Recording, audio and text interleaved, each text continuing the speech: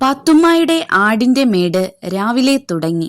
ഏതാണ്ട് 8 മണിയായി കാണും.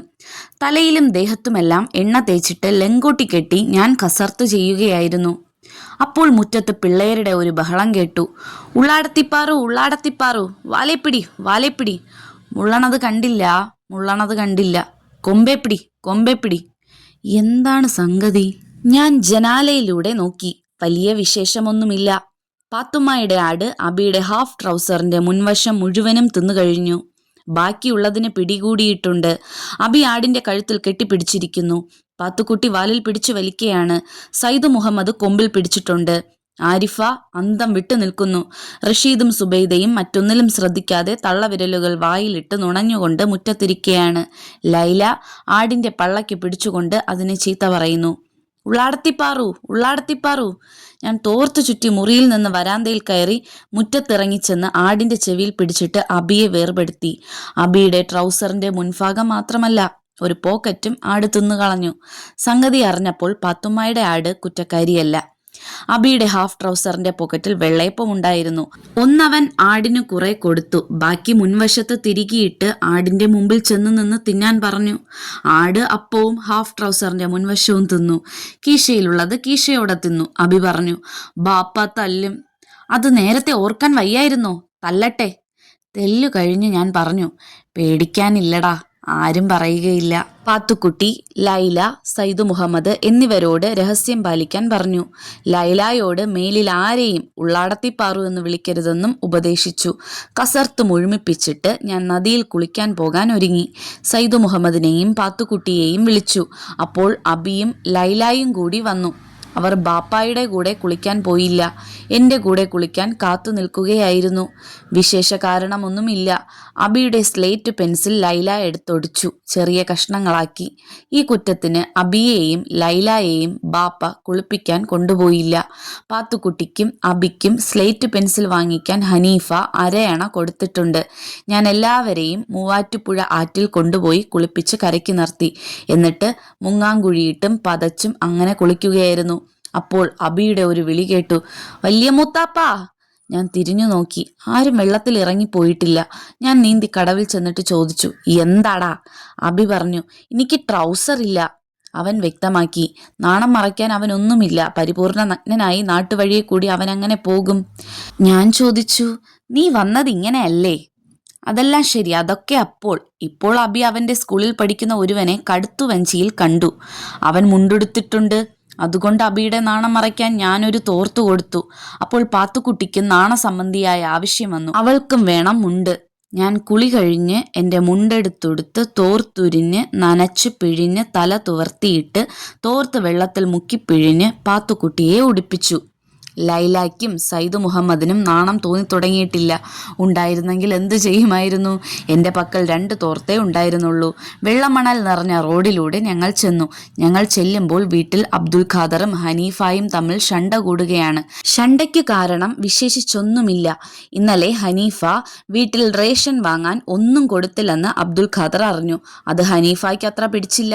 അതുകൊണ്ട് അവനും കുടുംബവും വീട്ടിൽ നിന്ന് പോകാൻ പോവുകയാണ്. ഇറങ്ങടി ഐഷോമ്മ, ഹനീഫ വിളിച്ചു പറഞ്ഞു. പിള്ളേരെയും വിളി.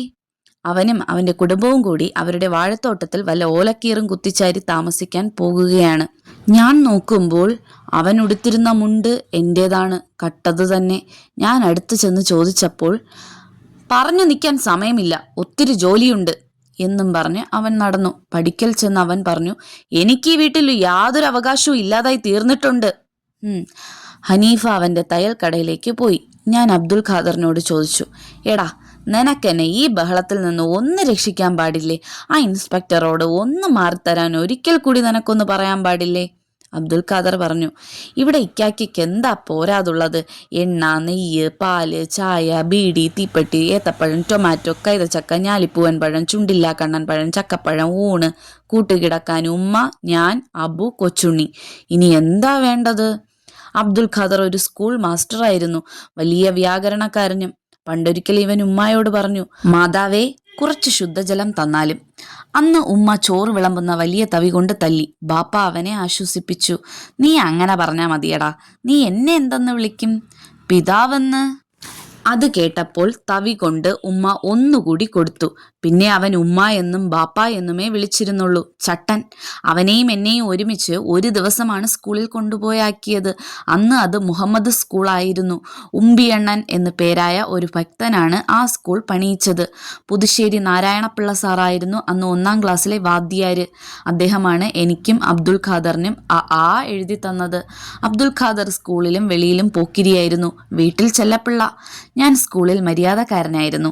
നാരായണപിള്ള സാർ അവനെ വളരെ തല്ലിയിട്ടുണ്ട്. അബ്ദുൽ ഖാദർ ഇടതു കാലിൽ നിന്ന് വലത്തെ ചട്ടൻകാൽ ചുറ്റും വീശി കറക്കിയായിരുന്നു പിള്ളേരെ അടിച്ചിരുന്നത്. അങ്ങനെ എന്നെയും അടിച്ചിട്ടുണ്ട്. എന്നിട്ട് അവൻ വലതുകാലിൻ്റെ വെള്ള മൂക്കിന് നേരെ കൊണ്ടുവന്നിട്ട് ചോദിക്കും, ഇങ്ങനെ കാണിക്കാമോ? സാധ്യമല്ല. എങ്ങനെ സാധിക്കും? മറ്റുള്ളവരുടെ കാല് കുഴുകുഴാന്ന് കിടക്കുകയാണോ? മറ്റാർക്കും ഈ അഭ്യാസം സാധ്യമല്ല. എന്നാ പിന്നെ മണത്തി നോക്ക്. അവൻ്റെ ചട്ടൻകാലിൻ്റെ വെള്ള മറ്റുള്ളവർ മണപ്പിച്ചു നോക്കണം, അല്ലെങ്കിൽ ഇടിക്കും. പിള്ളേര് ദൂരെ മാറി നിന്നാൽ അവൻ തന്നെത്താൻ നെഞ്ചത്തടിച്ച് കരയും. അവൻ്റെ ചട്ടൻകാലു കാരണം പൊതുജനങ്ങൾക്ക് അവൻ്റെ പേരിൽ ഒരു അനുകമ്പയുണ്ട്.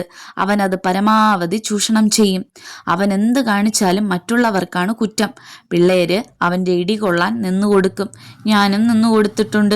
ഞാൻ കൊണ്ടിട്ടുള്ള ഇടിക്ക് കണക്കൊന്നുമില്ല. അവൻ്റെ സ്ലേറ്റും പുസ്തകങ്ങളും ഞാൻ ചുമക്കണം. ഞാൻ മൂത്തവനല്ലേ. ന്യായത്തിന് അനിയന്മാരാണ് ചേട്ടന്മാരുടെ സ്ലേറ്റും പുസ്തകങ്ങളും ചുമക്കേണ്ടത്. എന്നാൽ ഞാൻ അവൻ്റേത് ചുമക്കണം, അല്ലെങ്കിൽ ഇടി. ഞാൻ ഇടി വളരെ കൊണ്ടു.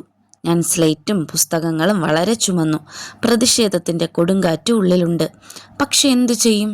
അവൻ സ്ലേറ്റും പുസ്തകങ്ങളും റോഡിൽ വെച്ചിട്ട് കൈയും ചുരുട്ടി എൻ്റെ അടുത്ത് നിന്ന് പതുക്കെ ചോദിക്കും, എൻ്റെ സെറട്ടും പൊസക്കോ എടുക്കുന്നുണ്ടോ? മനസ്സില്ലെന്നാണ് ദിവസവും പറയുക. എന്നിട്ട് ന്യായവാദങ്ങൾ നടത്തും. എടാ, ഞാൻ നിൻ്റെ ഇക്കാക്ക അല്ലേ? എടുക്കണുണ്ടോ ഇല്ലേ? ഇല്ല. അപ്പോൾ ഒറ്റക്കാലിൽ നിന്നുകൊണ്ട് വലിച്ചു വീശി ഒരടി എൻ്റെ നെഞ്ചിൻ്റെ തുടുപ്പിനാണ്. ഞാൻ ലേശം ബോധക്ഷയത്തോടെ മറിഞ്ഞു വീണ് അങ്ങനെ കിടക്കും. അവൻ മാറി നിന്ന് ആജ്ഞാപിക്കും, എണീച്ചെട്, വാ പോകാം. സമ്മതിച്ചു ചെന്നാൽ സാറടിക്കും. ഞാൻ കിടന്ന് സങ്കടത്തോടെ ആലോചിക്കും, ഇതെവിടത്തെ ന്യായമാണ്? അനിയൻ ഇടിക്കുക, ജ്യേഷ്ഠൻ കൊള്ളുക, എന്നിട്ട് പുസ്തകങ്ങളും സ്ലേറ്റും ചുമക്കുക. ഞാൻ അങ്ങനെ കിടക്കും. അവൻ എൻ്റെ നെഞ്ചത്ത് കയറിയിരിക്കും. എന്നിട്ട് ചോദിക്കും, ഞെടി വേണോ? ഞാൻ സത്യം പറയും, വേണ്ട, ചുമക്കാം. അങ്ങനെ എണീറ്റ് അവൻ്റെയും സ്ലേറ്റും പുസ്തകങ്ങളും മറ്റും ഞാൻ ചുമന്നുകൊണ്ട് പോകും. എത്ര ദിവസങ്ങൾ, എത്ര ഇടികൾ!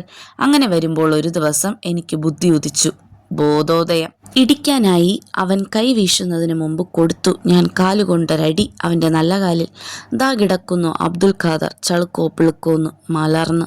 ഞാൻ ഉടനെ അവൻ്റെ നെഞ്ചത്ത് കയറിയിരുന്നു. ഞാനെന്തോ വലിയ അനീതി കാണിച്ച മാതിരി അവൻ വലിയ സങ്കടത്തോടെ ചോദിച്ചു, ഇതെന്താ, ഞാൻ കൊച്ചല്ലേ, എൻ്റെ നെഞ്ചത്ത് കയറി ഇരിക്കാവോ? അവനെ ഞാൻ ഇടിക്കാനായി കൈ ചുരുട്ടി. അവൻ കരഞ്ഞു തുടങ്ങി, കണ്ണുനീർ. എന്നെ ഇടിക്കല്ലേ, ഞാൻ ഇക്കാടെ അനുജനാ. അനുജൻ? ഹമ്പ, നിനക്ക് നേരത്തെ ഓർക്കാൻ പാടില്ലായിരുന്നോ? ഇനി ഞാൻ എന്നും ഓർക്കാം. എടാ, ഞാൻ ചോദിച്ചു, പട്ടിനെ കാണുമ്പോൾ മുന്നം എറിയണതാരാ? ഇക്കാക്ക. പുഴയെ കുളിക്കുമ്പോൾ മുങ്ങാങ്കുഴിയിട്ട് മുന്നം അക്കരെ ചെല്ലുന്നതാരാ? ഇക്കാക്ക. വീട്ടിൽ നിന്ന് വല്ലതും കക്കുമ്പോൾ മുന്നം നിനക്ക് തരുന്നതാരാ? ഇക്കാക്ക. ഞാറാപ്പുള്ള സാറിൻ്റെ മേശയെന്ന് ചോക്ക് കെട്ടെടുക്കുമ്പോൾ മുന്നം നിനക്ക് തരുന്നതാരാ? ഇക്കാക്ക. പിന്നെന്താ? അവൻ പറഞ്ഞു, ഞാൻ ഇക്കാടെ സെറട്ടും പൊസ്കവും കൂടെ ചുമന്നോളാം. ഞാൻ പറഞ്ഞു, നിൻ്റേത് നീ ചുമ, അപ്പം പിന്നെ മുന്നം നടക്കണതാരാ? ഞാൻ. അങ്ങനെ അന്നു മുതൽ അബ്ദുൽ ഖാദർ അനുജനായി. അവനാണിവൻ, ചട്ടൻ. എടാ, ഞാൻ പറഞ്ഞു, നിനക്കൊന്ന് പറയാൻ പാടില്ലേ ആ ഇൻസ്പെക്ടറോട് ഒന്ന് മാറിത്തരാൻ? ഞാൻ ഈ വീട്ടിലെ ബഹളത്തിൽ കിടന്നു വിങ്ങി വിഷമിക്കുകയാണ്. നിനക്കിത് മനസ്സിലാവുകയില്ല. ഇക്കാക്ക, ആ മനുഷ്യൻ സ്ഥലം നോക്കുന്നുണ്ട്. എക്സൈസുകാരും സ്ഥലം നോക്കുന്നുണ്ട്. കുറേ ദിവസം കൂടി ക്ഷമിച്ചിവിടെ താമസിക്ക്. അവൻ ഇരുമ്പ് വടി കുത്തിപ്പിടിച്ച് ചട്ടി അവൻ്റെ കടയിലേക്ക് പോയി. ഞാനൊരു കൈതച്ചക്കയുടെ പകുതി മുറിച്ച് തൊലി ചെത്തിക്കൊണ്ടിരിക്കുമ്പോൾ പാത്തുമ്മയുടെ ആട് ജനാലയുടെ അടുത്തും പിള്ളേര് വാതിൽക്കലും ഹാജരായി. ഏത്തപ്പഴവും ചുണ്ടില്ലാ കണ്ണനും നെയ്യും എല്ലാം പുട്ടിൽ ചേർത്ത് കുഴച്ച് പിള്ളേർക്ക് ഓരോ ഉരുള കൊടുക്കും. കൈതച്ചക്കയുടെ ഓരോ കഷ്ണവും. അത് കിട്ടിയാൽ പിള്ളേര് ഒച്ചയുണ്ടാക്കാൻ പോകും. എന്നാൽ അബി, പാത്തുക്കുട്ടി, ലൈല, ആരിഫ, ഖദീജ മുതലായവരെ കാണാതെ ആനുമ്മയുടെ മകൻ സയ്യിദ് മുഹമ്മദ് എൻ്റെ മുമ്പാകെ വന്നില്ല എന്ന മട്ടിൽ ചില ചിണുങ്ങൻ പാട്ടുകളുമായി തൂണിൽ പിടിച്ചുകൊണ്ട് നിന്ന് മുഖം കാണിക്കും. അവന് ഒരു സ്പെഷ്യൽ ഉരുള കൊടുക്കും. പലഹാരം തിന്നിട്ട് പഴത്തൊലിയും മറ്റും പാത്തുമ്മയുടെ ആടിന് കൊടുക്കും. എന്നിട്ട് കൈ കഴുകി ചായയുമായി വരാന്തയിൽ കസേരയിൽ വന്നിരിക്കും. അപ്പോൾ സ്കൂൾ കുട്ടികൾ പോകുന്നുണ്ടായിരിക്കും. പതിവ് പോലെ പെൺപിള്ളേർ വികാരത്തോടെ തിളങ്ങുന്ന കണ്ണുകളാൽ എന്നെ നോക്കുന്നുണ്ടായിരിക്കും. പെൺകുട്ടികളുടെ ആ സുന്ദരൻ നോട്ടത്തിൽ ഒളിഞ്ഞുകിടന്ന ദിവ്യരഹസ്യം പിന്നീടാണ് എനിക്ക് മനസ്സിലാവുന്നത്. അത് വഴിയേ പറയാം. അന്ന് അബിയും പാത്തുക്കുട്ടിയും പതിവ് പോലെ സ്കൂളിലേക്ക് പോയി. കുറെ കഴിഞ്ഞപ്പോൾ അബി പാത്തു പതുങ്ങി റോഡിൽ നിന്ന് എന്നെ കൈ കാണിച്ച് വിളിച്ചു. എന്താണ് സംഭവിച്ചത്? ഞാൻ ഇറങ്ങിച്ചെന്ന് പാത്തുക്കുട്ടി ഒരു തെങ്ങിൻ്റെ ചുവട്ടിൽ പതുങ്ങിയിരിപ്പുണ്ട്. ഞാൻ ചെന്നപാടെ അബി പറഞ്ഞു, വലിയ മുത്തപ്പ, ബാപ്പ സെറേട്ട് പെൻസില് മേടിക്കാൻ തന്ന അരേണ ട്രൗസറിൻ്റെ കീസയിൽ ഉണ്ടാർന്ന്. നീ എന്താ പറയുന്നേടാ? ആട് തിന്ന കീസയിൽ ഉണ്ടാർന്ന്. പാത്തുമ്മയുടെ ആട് അരേണയും ഹബിലാക്കി. പക്ഷെ ആട് നാണയം തിന്നുമോ? ഞാൻ പറഞ്ഞു, നിങ്ങളിതാരോടും പറയണ്ട, പരമരഹസ്യമാക്കി വച്ചേക്ക്. അരേണ കിട്ടാൻ വഴിയുണ്ടോ എന്ന് നോക്കട്ടെ. അബി ഓർമ്മിപ്പിച്ചു. ഉമ്മാമ്മ കണ്ടാ തല്ലും. ഒളിച്ചു നിന്നോ? ഞാൻ വന്ന് പാത്തുമ്മയോട് 2 അണ കടം വാങ്ങിച്ച് അരയണ കൊണ്ടുപോയി അബിക്കും പാത്തുക്കുട്ടിക്കും കൊടുത്ത് അവരെ സ്കൂളിലേക്ക് അയച്ചു. പാത്തുമ്മയുടെ ആട് മുറ്റത്ത് നിൽപ്പുണ്ട്. ഏതു സമയത്തും 2 കാലണകൾ വീണേക്കാം. ഞാൻ കാത്തിരിപ്പായി. പക്ഷേ കൊച്ചു കൊച്ചുണ്ടകൾ വീഴുന്നുണ്ട്. വട്ടത്തിലുള്ളത് യാതൊന്നും തന്നെ വീഴുന്നില്ല. എന്താ കാരണം? വീഴാതിരിക്കുമോ? എൻ്റെ കണ്ണുകൾ ആടിൻ്റെ പിറകെയുണ്ട്. അങ്ങനെ ഇരിക്കുമ്പോൾ വലിയ ഉത്കണ്ഠയോടെ എന്നെ നോക്കിക്കൊണ്ട് പറ്റമായി വിദ്യാർത്ഥിനികൾ റോഡേ പോയി. സുന്ദരീമണികൾ. എനിക്ക് സന്തോഷമായി. അവർക്കറിയാം ഞാൻ ആരാണെന്ന്. അതുകൊണ്ടാണ് ഇങ്ങനെ നോക്കിയിട്ട് പോകുന്നത്. അവർ തമ്മിൽ ഒരു സംവാദം നടക്കും. ഇതു ഞാൻ സുന്ദരമായി ഭാവന ചെയ്തതാണെന്ന് ഓർക്കണേ. ചുരുളൻ മുടിക്കാരി. ആ ചാരു കസേരയിൽ മലർന്നു കിടക്കുന്നത് ആരെന്നറിയാമോ? മാൻകണ്ണി. പിന്നെ അറിഞ്ഞുകൂടെ? സുപ്രസിദ്ധ സാഹിത്യകാരനായ വൈക്കം മുഹമ്മദ് ബഷീർ. കോകിലവാണി. ഞാൻ എൻ്റെ ഓട്ടോഗ്രാഫ് ബുക്കിൽ അദ്ദേഹത്തെ കൊണ്ട് എഴുതിക്കുമല്ലോ. പൂച്ചക്കണ്ണി. അത് അയാളൊന്നുമല്ല. ആ ചെറ്റക്കുടില് പോലത്തെ വീട് കണ്ടില്ലേ? മധുവാണി. പൊടി പൂച്ചക്കണ്ണി, അദ്ദേഹമാണത്. കാണണോ? ഇന്ന് എൻ്റെ ഓട്ടോഗ്രാഫ് ബുക്കിൽ അദ്ദേഹത്തെ കൊണ്ട് എഴുതിക്കുന്നത്. പൂച്ചക്കണ്ണി. ഓടി, എന്നാലൊന്ന് കാണാമല്ലോ. അങ്ങനെ അന്ന് ഉച്ചയ്ക്ക് ഊണും കഴിഞ്ഞ് സ്കൂളിലേക്ക് പോകുന്ന വഴി അവർ എൻ്റെ വീട്ടിലേക്ക് വന്നു. അപ്പോൾ വേറൊരു സംഭവം ഓർമ്മിച്ചു. ഞാൻ മറ്റേ കെട്ടിടത്തിലാണ് അന്ന് താമസിക്കുന്നത്. ഞാൻ വന്ന വിവരം അറിഞ്ഞ് ഹൈസ്കൂൾ ഹെഡ് മാസ്റ്റർ വന്നു പറഞ്ഞു, സ്കൂൾ വാർഷികമാണ്, ഞാനൊന്ന് പ്രസംഗിക്കണം. കുട്ടികൾക്കൊരു ഉപദേശം കൊടുത്താൽ മതി. ഞാൻ പ്രസംഗിക്കാറില്ല. ആ സമയത്ത് ഞാനിവിടെ ഉണ്ടാവുകയുമില്ല. അദ്ദേഹം പറഞ്ഞു, ഞങ്ങൾ നോട്ടീസിൽ പേരച്ചടിക്കും. ഉണ്ടായെങ്കിൽ വന്നാൽ മതി. നോട്ടീസ് അച്ചടിച്ചു. പേരുമുണ്ട്. ഞാനെന്ത് ചെയ്യും? മനസമാധാനത്തോടെ വല്ലതും എഴുതാൻ വന്ന ആളാണ്. അങ്ങനെ ചെടികളുടെ ഇടയിൽ ഞാൻ നിൽക്കുമ്പോൾ ഗേറ്റിൻ്റെ അഴികളുടെ ഇടയിൽ 2 കണ്ണുകൾ, ചുരുണ്ട മുടിയുള്ള ഒരു പെൺകുട്ടി. ഞാൻ വിചാരിച്ചു വല്ല മുല്ലപ്പൂവിനോ പിച്ചിപ്പൂവിനോ ആയിരിക്കും. ഞാൻ ചോദിച്ചു, എന്താ?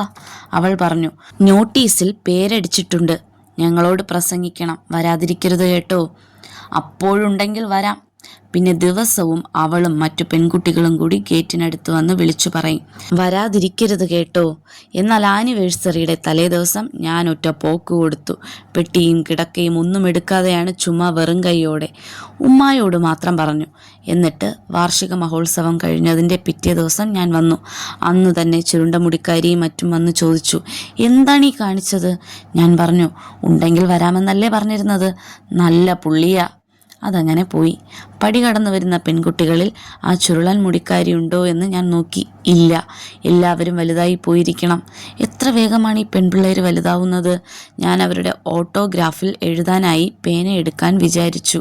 ഉടനെ തോന്നി, വരട്ടെ, കുറേ നേരം വന്ന് നിൽക്കട്ടെ അവർ വന്നു. എന്നെ നോക്കിയില്ല. അവർ നേരെ ചാമ്പമരത്തിൻ്റെ ചുവട്ടിൽ ചെന്ന് ഉമ്മായോടെന്തോ പറഞ്ഞിട്ട് എന്തോ കൊടുത്തു. ഉമ്മ തുണിത്തുമ്പിൽ നിന്ന് ഒരു കുന്ന് ചാമ്പങ്ങ എടുത്ത് അവർക്ക് കൊടുത്തു.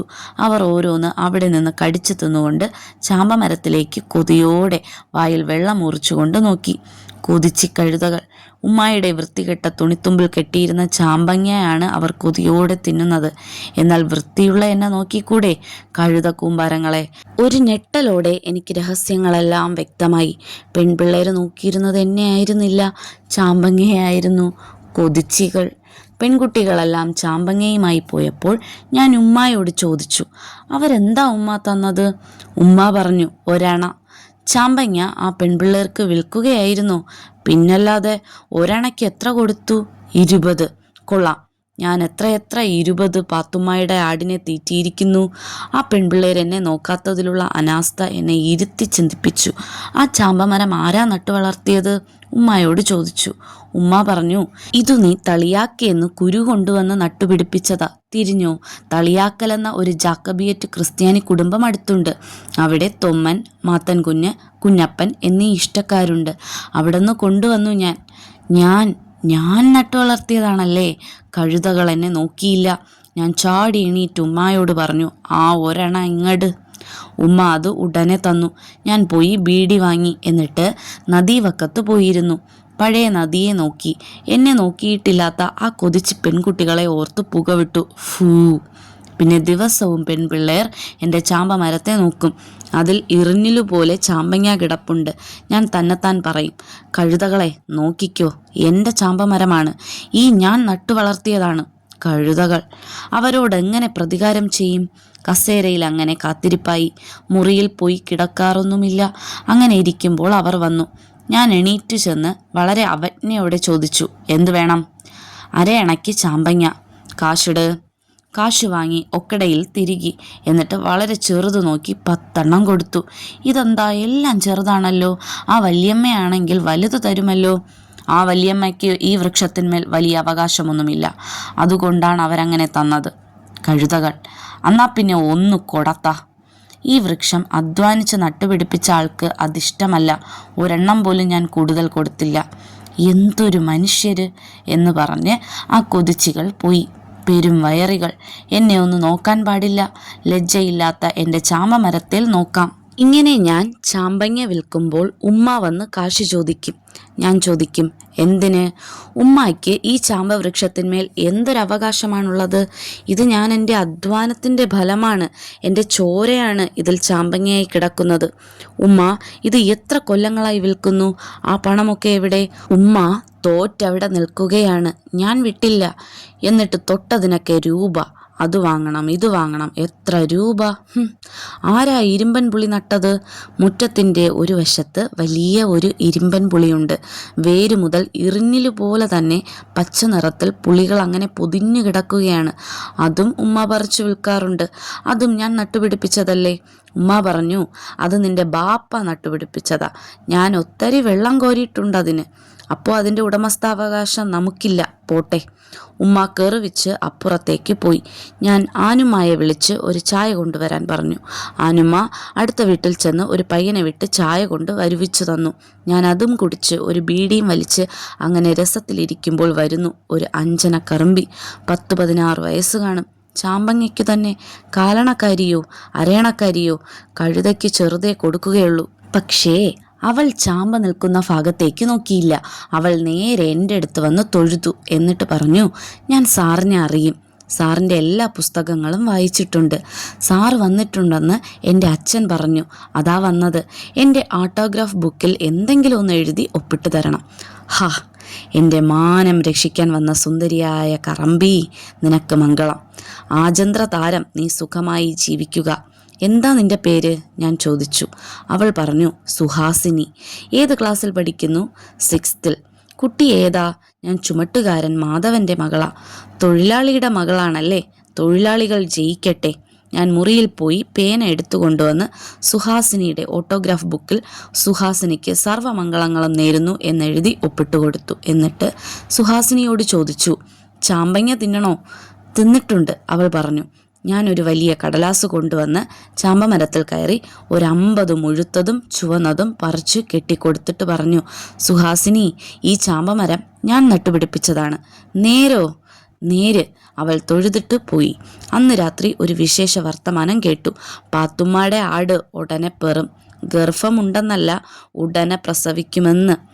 ഈ വിശേഷ സംഭവം ഞാൻ എന്തുകൊണ്ടറിഞ്ഞില്ല?